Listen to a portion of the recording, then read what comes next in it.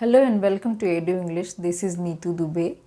आज हम स्टार्ट करते हैं कुछ इम्पॉर्टेंट क्वेश्चंस के साथ जो कि कुछ टाइम के एनालिसिस पे बेस्ड है, जो कि स्टूडेंट्स मैं आपको बता दूं कि ये जो इम्पॉर्टेंट क्वेश्चंस मैं आज लेके आई हूँ ये पोइट्री सेक्शन से है।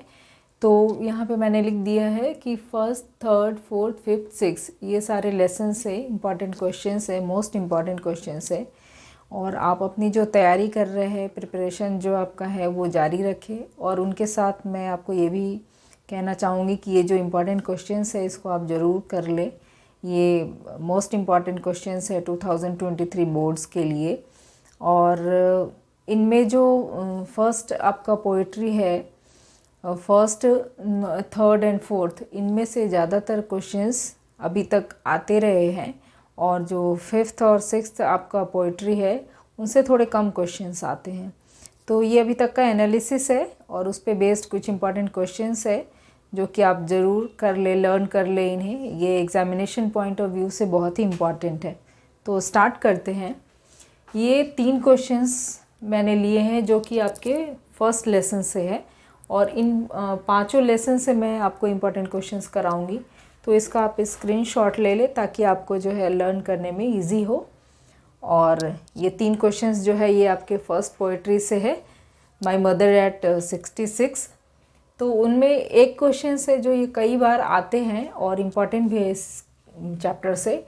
What do the parting words of the poet and her smile signify.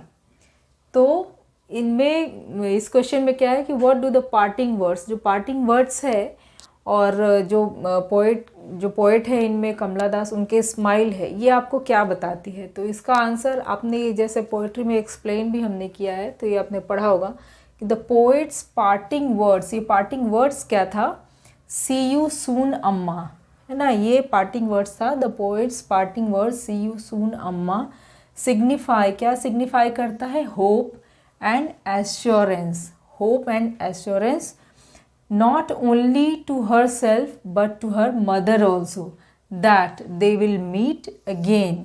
तो ये जो है पार्टिंग वर्ड जो है see you soon अम्मा, ये है पार्टिंग वर्ड जो कि क्या सिग्निफाई करता है, एक होप और एश्योरेंस देता है कि पोएट जो है वो अपनी मदर से फिर से मिलने आएंगी। और जो स्माइल है वो उनकी मदर को भी होप देता है कि they will meet again. Okay, तो सेकंड क्वेश्चन है what was the poet's childhood fear, poet का बचपन का डर क्या था। और ये क्वेश्चन 3 तरह से पूछे जा सकते हैं। तो पहला तो है कि what was the poet's childhood fear. एक और सेम क्वेश्चन कैसे हो सकता है कि what were the poet's feelings at airport. And next कैसा, how did she hide them, उन्होंने अपने फीलिंग, क्या उनके फीलिंग्स थे और उसको कैसे उन्होंने छिपा के रखा, हाइड करके रखा। और इस तरह से भी हो सकता है कि what were Kamala Das fear as a child, बचपन में उनका क्या डर था। And why do they come back when she is going to the airport, और वो डर फिर से कैसे वापस आया जब वो एयरपोर्ट जाने वाली थी। तो इसका आंसर भी मैंने लिख दिया है, ये भी आप देख लें कि during her childhood, Kamala Das was insecure about losing her mother, just as all young children often are. The same old feelings come back to haunt her when she sees her mother's pale and lifeless face.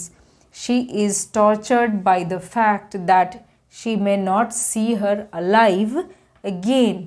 She hides her feelings by smiling. तो ये सारे questions का answer इसमें है, इसको आप learn कर ले कि जो उनका बचपन का डर था वो क्या था, कि वो उनको इनसिक्योर कर रहा था कि वो जो है अपनी मदर को बाकी बच्चों की तरह लूज़ ना कर दे। उन्हें ये हमेशा डर बना रहता था कि कहीं वो अपनी मदर को खो ना दे।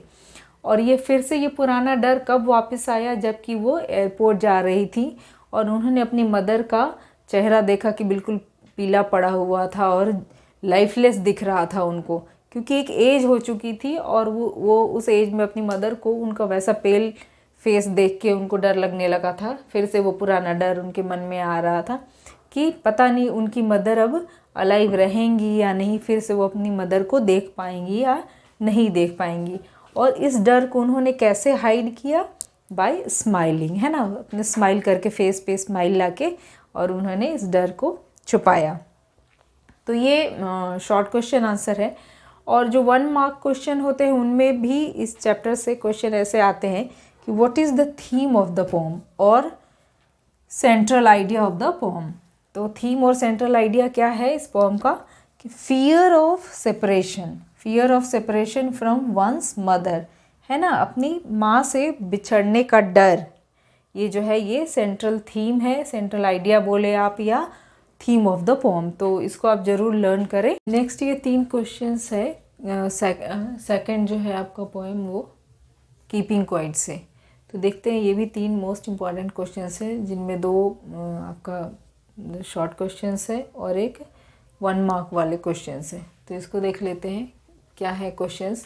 और स्टूडेंट्स ये क्वेश्चंस ऐसे हैं, इनको आप कर लेंगे तो आपको बहुत ईजी होगा। इस चैप्टर से और भी कोई क्वेश्चन आएंगे तो आप उसका आंसर कर सकते हैं, इससे आपको हिंट मिल जाएगा उससे। तो इसको ज़रूर लर्न कर ले। तो life is what it is all about, how is keeping quiet related to life. तो इसमें आपको याद होगा कि पोएट ने क्या कहा है कीपिंग क्वाइट के बारे में।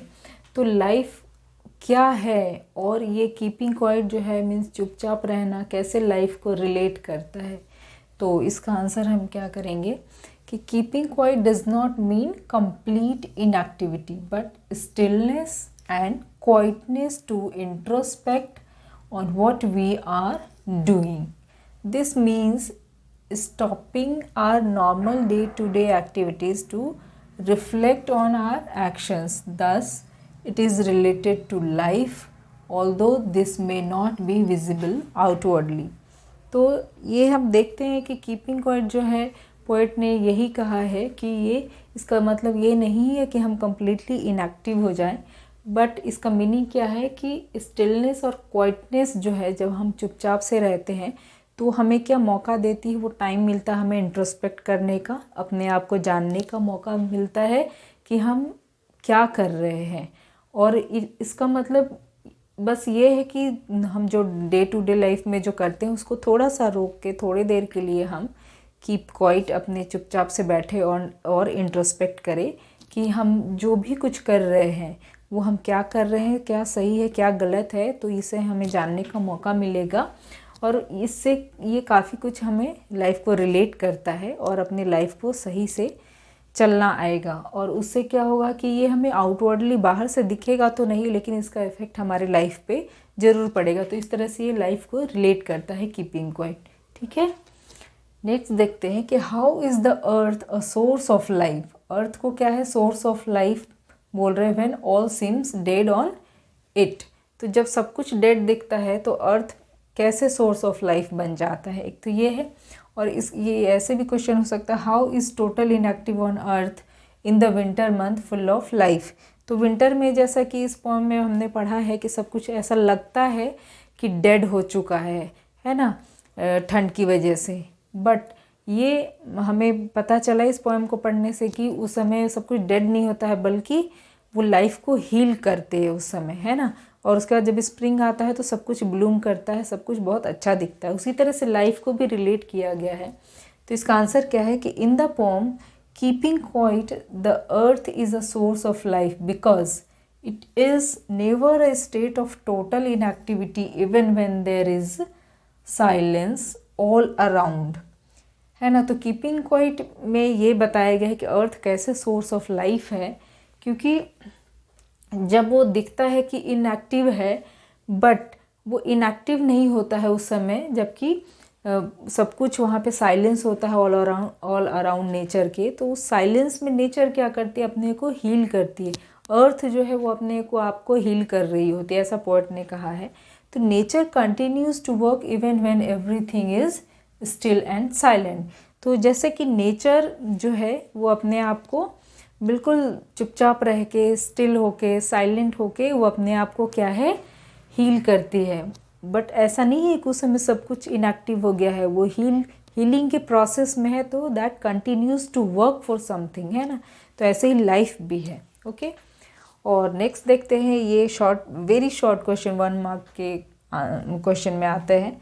The poet uses conversational style and personal pronouns और यू, पर्सनल प्रोनाउन में क्या यूज़ किया है इसमें पोएट ने, यू, वी एंड आई।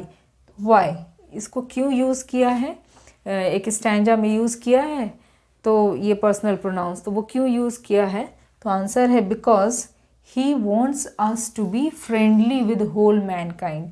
यहाँ पे यू, वी एंड आई इसलिए यूज़ किया है, जब आप उस स्टैंजा को पढ़ेंगे तो आपको ये पता लगेगा कि पोएट ये चाहते हैं कि हम सभी जो है, सभी मैनकाइंड के साथ जो है वो। नेक्स्ट कुछ क्वेश्चंस, इंपॉर्टेंट क्वेश्चंस हैं और थिंग ऑफ ब्यूटी से, तो ये देखते हैं कुछ क्वेश्चंस हैं।